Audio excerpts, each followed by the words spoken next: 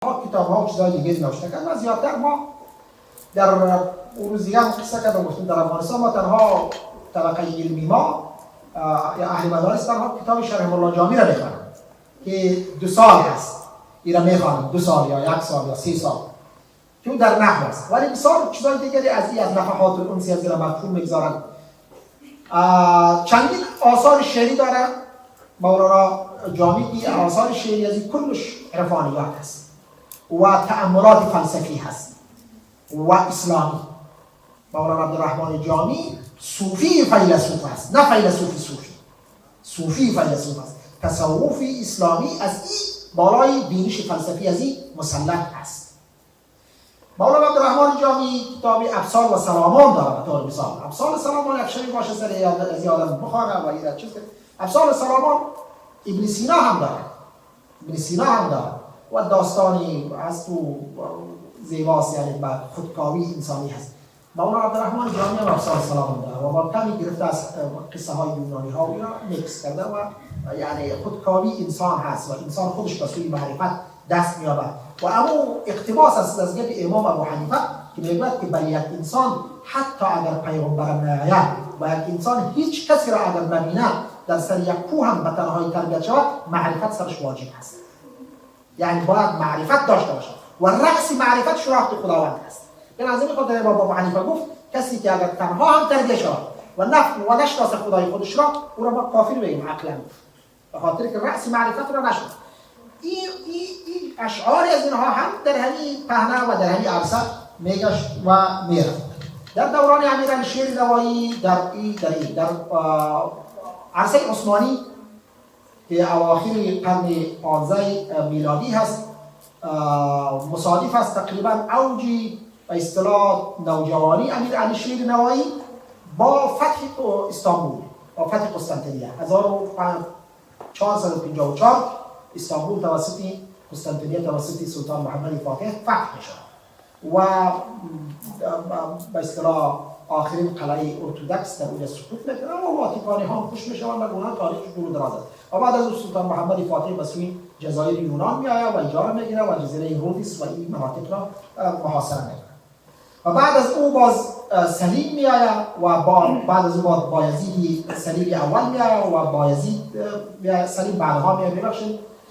و در عصر سلطان سلیم که شاید مصادف بعد از وفات امیرعلی شیر نوایی تقریبا به 14-15 سالی بعدتر از او هست که عثمانی ها بر مصر مسلط میشوند و اولین معاهدات بین اروپا و بین عثمانی ها امضا میشوند.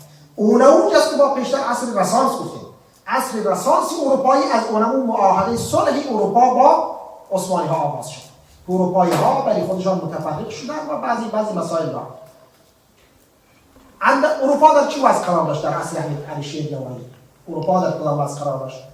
متاسفانه بقیه جاهای نقاط سرزمین اسلام در آشوب به سر می‌بردند و در اگر تمدنی بود محدود بود، ولی در اندلس مسلمان ها کشیده می‌شدند.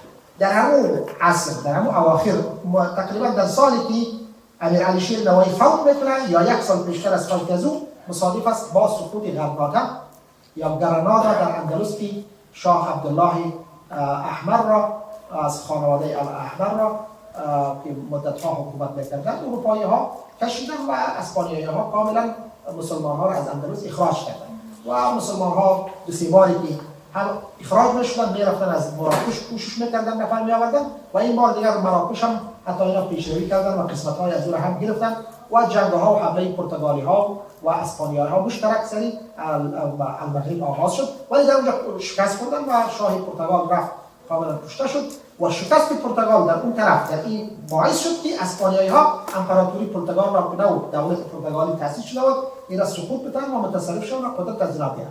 در این زمان ما می‌بینیم که اروپا یک چانس دیگری پیدا می‌کنه. عصر رنسانس اروپا یک چانس بسیار بزرگ دیگری پیدا می‌کنه که این رضایتی متوجه نمی‌شوند. درش بسیار واضح هست. همیشه میگن اروپا از علم پیش رفته، اروپا از علم. ولی اروپا از علم، از رصدخانه، از فلک، از ترجمه، از این مسائل کرد، از ترجمه بعضی کتب اسلامی اینا نه یک تنها کفایت نمی‌کنه. اروپایی‌ها یک چانسی برشان به نحو میسر شد که امریکا را کشف کردند. و از امریکا اینها دیگر به این طرف رفتن. اینها دیگر طبیعت اکتشاف امریکا باعث ساخت که همیشه کشتی‌های از در ساحاتی برود که اونجا هیچ کشتی مسلمان وجود نداشت و اینها تمام جزیره ها را بگیرن، مردم‌های بدایی که در این جزیره ها و اینا را زیر تسلط خود می‌برن، اینا به معدن‌های امریکا اینها دست پیدا بکنن و کشتی‌های از اینها مثلا قلعین بیارن، میس بیارن و طلا بیارن و نقره بیارن و نفوس زیادی که اروپا داشت صادر شود، برود در اونجا ساکن شود. و به هر جایی که پراکنده شده و اون دست حوزه پیدا می‌کنه. و در این زمان اینها چیزی به نام رأس راجای صالح یا دماغی صالح را در پشت افریقای جنوبی را کشف کردند و پرتغالی ها عوض از اینکه از طریق مراکش بروند و تجارت کردن طرف هندوستان، از پشت افریقای جنوبی اینها رفتن و طرف این راه کشتیرانی را اینها گرفتن. این چیزها باعث شد که اینها پیش بروند و در این زمان مسلمان ها در انحطاط قرار داشتند. واقعا از نظر تعصبات قومی، از نظر جنگ های بین هدش جنگ بین پوچی و بین متمدن. این تو نبوده که یک نفر در جوامع آسیایی همیشه پوچی مانده باشد. پوچی می آمده 100 سال پس متمدن میشد. باز می آمده این متمدن یک کم حکومت میکرده مترف میشد. بدون قانونیت دولتش از هم میپاشید و باز از خود قوم از پوچی دیگری پیدا میشه دیگه سقوط میداره. این قسم تاریخ منطقه به همین شکل دوام داشت. به این شکل داد. اما اروپایی ها یک سلسله چیزهای دیگری ایجاد کردن که ولی وقت شرحش نیست. اینها توانستند که عصر رنسانس وجود بیارند. اولین عصر رنسانس اروپایی وقتی که آغاز شد جالب است. کاملا برخلاف معرفت اسلامی. چرا یعنی یک نوع جورآمدی بین معرفت اروپایی غربی و بین معرفت اسلامی سخت است که به وجود بیاید؟ به خاطر که اروپا آغاز روشنگریش را به تعبیر خودشان آغاز با نظریه ماکیاویلی کردند. ماکیاویلی تقریبا معاصر علمی امیرعلی‌شیر نوایی است. در اونمو زمان و در اونمو وقت ماکیاویلی پیدا میشه. ماکیاویلی از ایتالیا. ماکیاویلی میگه برادر اخلاق را سیاست جدا. اخلاق جایش و سیاست. مگه ما پشت از این نمیگردیم که گذشته چی داشتیم، گذشته چی بودیم. ما فعلا میبینیم که مصلحت چی را ایجاد میکنه. مأموره میگه ها بیایید بریم ما میگیم که مصلحت در اسلام هم هست. بله در نظام اسلامی هم چیزی به نام مصلحت هست. در نظام اسلامی هم گاهی اوقات هدف وسیله را توجیه میکنه، اما نه به اندازی که همیشه وسیله هدفت شود. مثلا در نظام اسلامی تو گاهی اوقات میتونی یک نمونهش که یک کاری را که ضرر است انجام بدی به هدف یک منفعت بزرگ اجتماعی. ماکیاویلی میگه نه، تو کار ضرر را انجام بدی به هدف منفعت شخصی خودت. نه این را تصریح نمیکنه به این شکل، ولی مستفاد از گپ شنیده هست. از این خاطر شهریار به فارسی ترجمه یا الامیر به کتاب عربیش خوانده شده. این چیزا از او هست و نخوشته. و بعدم کسان دیگری هم در اینجا یک انسان بزرگ دیگری در اروپا آمد که واقعا شخصیت برازنده بود، مارتین لوتر هست و این به اصلاح کلیسایی آمد و این هم از جمله مفکرین و انسان‌های اساس‌گذار در نهضت و در تمدن اروپا است. و مقصود از این گپایی است که شما ببینید که ما در کدام حالت هستیم و در کدام وضعیت هستیم. ما شخصی داریم ولی در اینجا اشخاصی هستند و قانون و نظام چطور میتونه که یک روشنگری و یک معرفت را پیش ببره و وقتی جنگ‌ها و بی‌امنیتی‌ها و تعصبات قومی و قبیلوی و کمبود موارد و کمبود درآمد و عدم قانون تدوین نکردن قانون چطور میتونه دولت‌ها را سقوط بده. امروز شما این مسلمان‌ها رو ببینید چی میگن؟ با قرآن قانونی با هست. این بسیار یک دفعه با معنای هم هست و بسیار یک دفعه بی معنای هم هست. و با معنا به است که ما مسلمان‌ها قرآن کتاب مقدسی ماست. ما از این استلهام میگیریم. ما حلال زیر حلال می‌دانیم، حرام زیر حرام می‌دانیم. ولی قانون شده نمیتونه تا زمانی که یک چیز رو تو پیاده نکنه. قانون چیزی میگم که مسئولیاتی تو رو در یک جامعه مشخص بسازه. از این خاطر تو باید یک چیزی برای مدونه قانونی داشته باشه. یعنی ما امروز در عرصه بعضی جا مسلمان‌ها حتی فهمشان از مسئله قانون هم یک نمیفهمه. در حالی که این نفری که میگه را میزنه، این نفری که قانون را انکار میکنه، این در موتور بشینه در یک جایی چراغ سرخ ترافیک باشه، شاید بخیزه سر دیگه بده چرا آمدی؟ اشاره از نبود، راه از نبود، حق از نبود. این دفعه میزنه ولی در اثر قانون چیزا زیرش درد نمیکنه. در عرصه عصر رنسانس اروپایی در این مرحله ای بود و کسان دیگری هم البته در پیدا شدن. در مسلمان‌ها در اون وقت آیا تنها بودن یعنی بیخی کاملا خواب برده بودن؟ نه، در یک سلسله مدافعات قرار داشتن. در به همون اندازه که مسلمان‌ها از اسپانیا اخراج شدن و آفت میبارید و مصیبت میبارید و هزارها مسلمان زیر محاکمی تفتیش عیسوی اینها و حتی یهودی ها اینها کشته شدن و پشت دروازه های مسلمان ها گوش داده نشد آیا کدام از اینها طفل تولد شده و مادر نامش را به نام اسلامی صدا میزنند یا نامی که اینها سرشان گذاشتند و اگر میدیدند که نامش مادرش طفل را به نام اسلامی صدا میزنه سبا او را میکشتن یا او را میگفتن که تو برای تو برو از اینجا و تمام معاهداتشان را نقض کردن که اگر یک شب دیگری فرصت دیگری وقت داشتیم ما میتونیم تاریخ اندلس هم خوب از سر جواران اینا تمام شرح کنیم. در همین زمان الجزایر در این مناطق مسلمان های پیدا شدن کل کارشان کشیدن پناهنده های یهودی و پناهنده های مسلمان از اسپانیا بود اینا را به مغرب و به جزایر می‌بردند که در این وسط کسانی برای خیرالدین بربروسا و هالندیا بربروس بودند که ریشی سرخ داشت. این پیدا شد اینها کسانی بودند که اینها به هزارها مسلمان را اینها کشیدند در کشتی‌ها نجات می‌دادند و می‌آوردند و تا اینکه این مردکه و این شخصیت به یک به اصطلاح فرمانده نظامی در دریای مدیترانه تبدیل شد و در جنگی به نام جنگ بروزا در اونجا بزرگترین کشتی پرتغال، اسپانیا و فرانسه را سقوط داد. 600 کشتی جنگ کرده بودند، یک جنگ و یک حمله صلیبی بزرگی را برای فتح کردن الجزایر و این مناطق و تونس اروپا لشکرکشی میکرد و بربروس وقتی که خبر شد ناگهانی حمله کرد.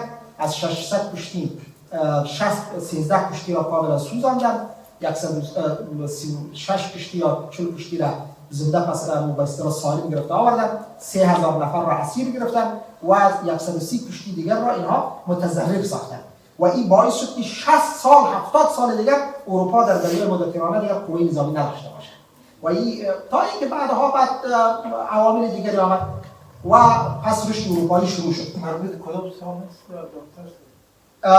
ما خیرالدین بربروسا در سال 500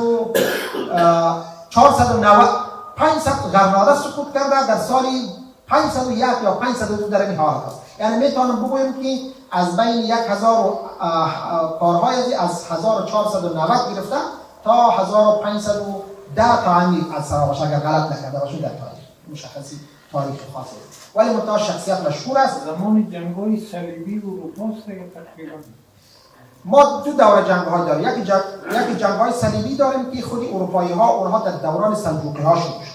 اونها آمدن تا طرف بیت المقدس اینها گرفتن. این جنگ‌های بربروسا مربوط به اینا میشوند. یک جنگ دیگری است که اسپانیایی‌ها جنگ استرداد میگویند، یعنی جنگی که ما زمین‌های خودمان را از مسلمان‌ها گرفتیم به این شکل گویا. او اسپانیا را گرفتن و اسپان مسلمان‌ها را کشتن.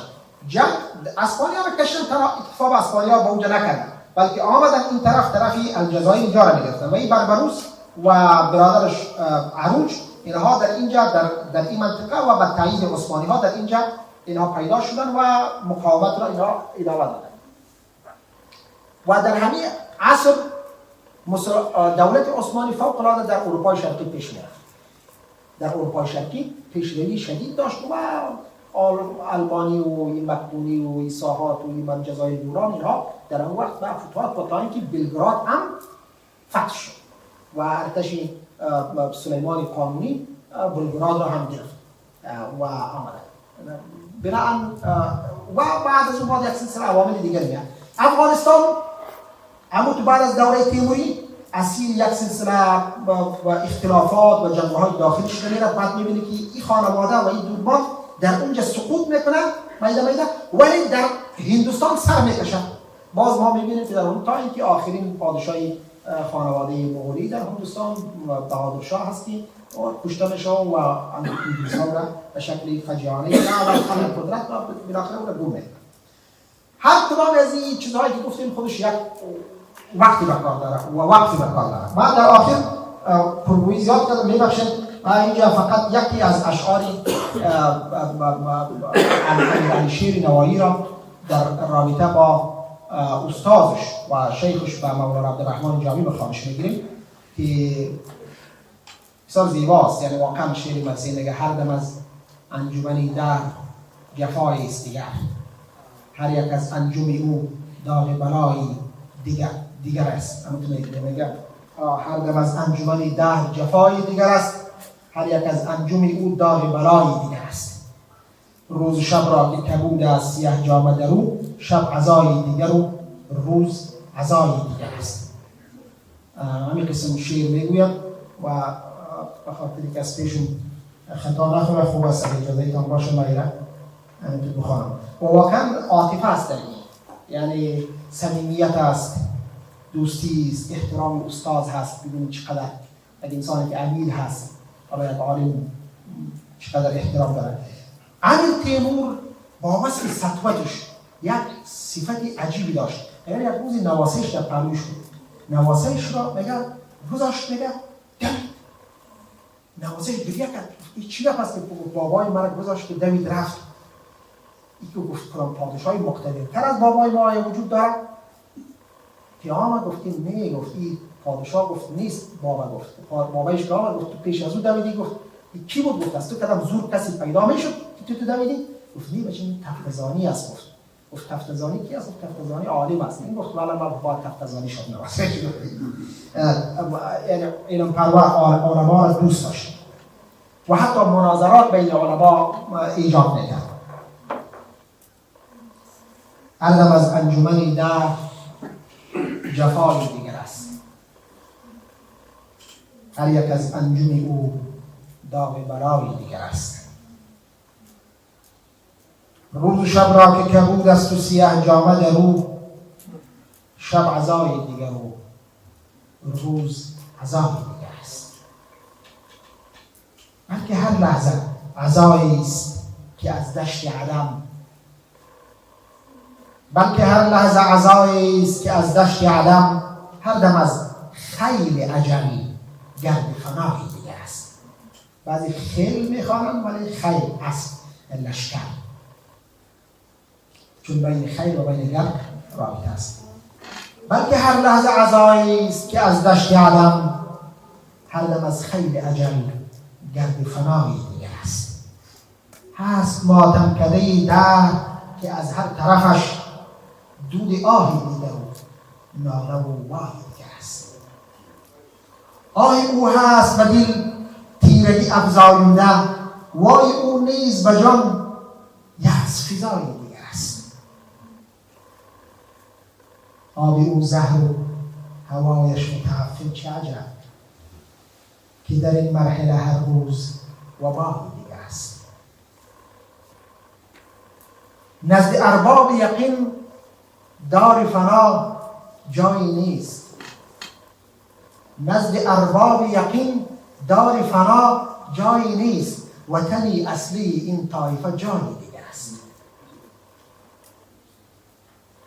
زن سبب مست می جان ازل، عارف جان سرخوش از دار فنا، سوی وطن کرد خراب.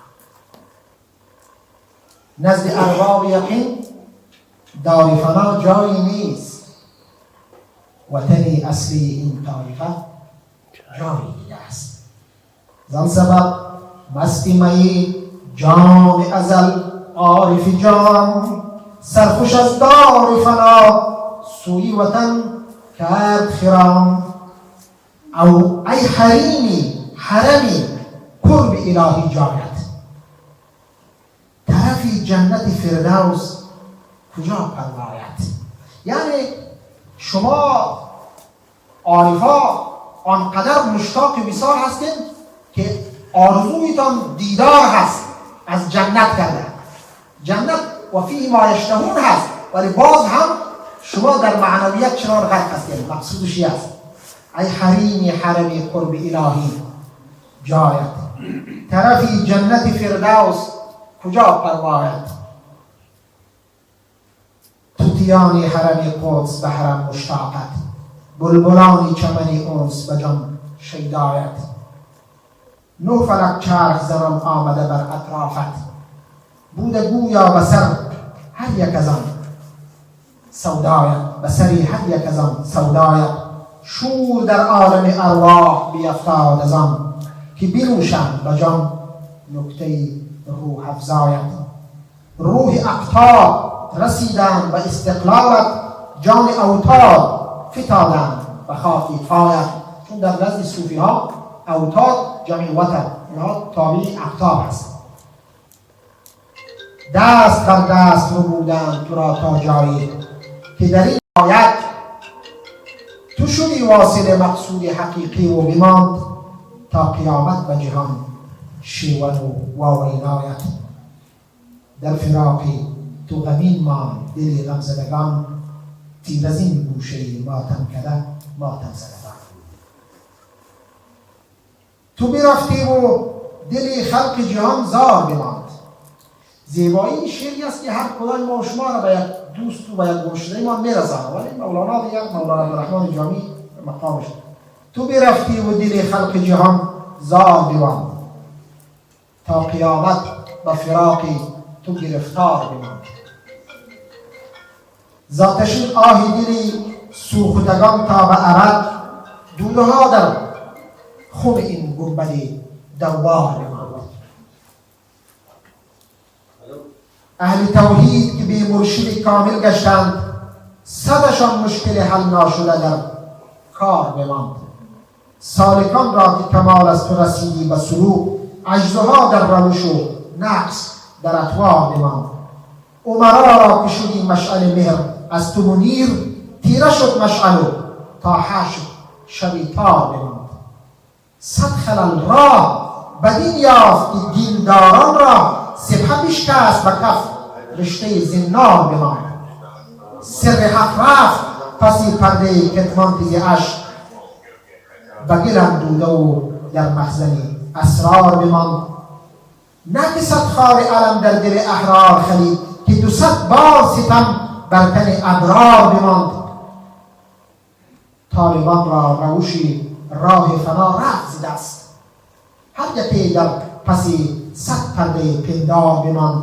چه تزلزل که ز فوتی تو در ایام افتاد، چه تزلزل که ز فوتی تو در ایام افتاد. زان تزلزل چه خللها که در اسلام افتاد. زن عزا در همه عالم نه گدامان نه شاه، که کشیدن به سوگی تو 200 ناله و آه. ابرسان گریه کنان نعره زنان سایه فگن، بر سر نعشی تو خورشید کرم ظل الله. گر میسر شدیش نعش کشیدی بر دوش، چون منی سوخت دل جانب مدفن همراه. شهریاران جهان چاک زده جامه بطن، پیش تابوتی تو پویند به احوال تباه. سربلندان زمان در پی نعشت شده پس، همه گریان و کشان بار تو با پشتی دوتا. تابوت که وعده شده هر پای مهدی تو بدوشی یک قطب، لیک هر 4 شدن به گرو و اسفا. عالمی را به سوی عالمی دیگر بردن.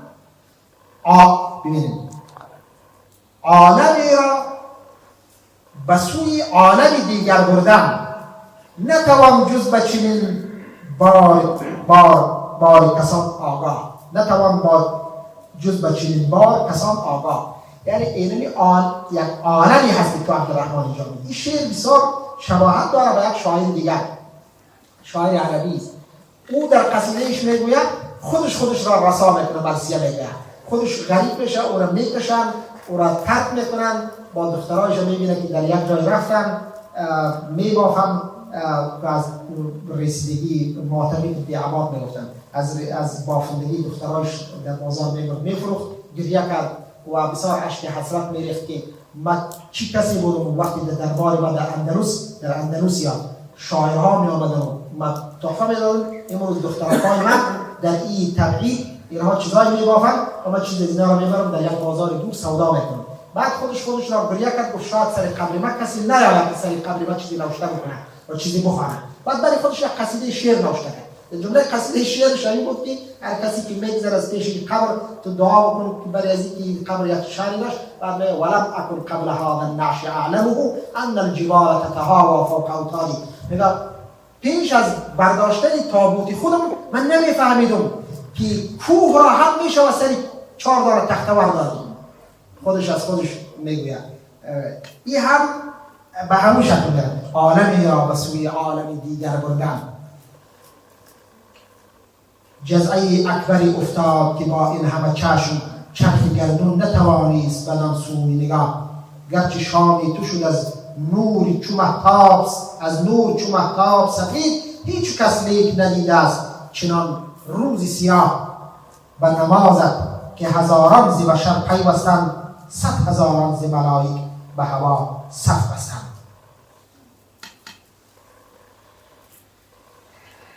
بعد در یک قسمت دیگر از این میگوید به همین ختم میکنیم دوستان در همه فن نادره عالم کو. برای مولانا سید جانی میگوید دوستان در همه فن نادره عالم کو، یعنی کمیاب. نادره یعنی کمیاب، وقتی ما میگیم نوادر یعنی کمیاب ها. دوستان در همه فن نادره عالم کو، افضل و اعلم اولاد بنی آدم کو. در بیابان تمناش خلایق مردن، به دوای همه آن خضر مسیح آدم کو. دل اصحاب شد از تیغ فراقش 100 زخم، آن که بودی به همه خلق خوشش مرهم کو. حجره خالی و پریشان شده اوراق و کتب، صاحبی حجره کجا ناظمی آن هم کو. در سرا نیست بجز خودکشی غمزدگان، آن که تسکین دهد این را و خودش غم کو. خامرو کرده سیه سینه خود را زده چاک، که خداوند منان بر علما اعلم کو. در خراسان نتوان گفت که کس خرم نیست، کس که در روی زمین یافت شود خرم کو. عشق بازان ز غم آتش به دل افروخته‌اند، عشق بازان ز غم آتش به دل افروخته‌اند، جان گدازان هم از این آتش دل سوخته‌اند. ای که در پیش گرفتی سفری دور و دراز، که بدین نوع سفر هر کی بشد ناید باز. بعد میگوید زد صف خیل اکابر که برای مخدوم، مخلصان را مکن از دیدن رویت محروم. این دراز است که به همین قدر اکتفا میکنم و پیش از اینکه این مجلس را ما به خاتمه بکشانیم و اگر دوستی دیگری هم اگر باشه میتونه که شیر کوتاهی بکنم، ولی حارس جان را میخواهیم که بیاید یک سخنانی در اینجا داشته باشیم. یک دقیقه میخوایم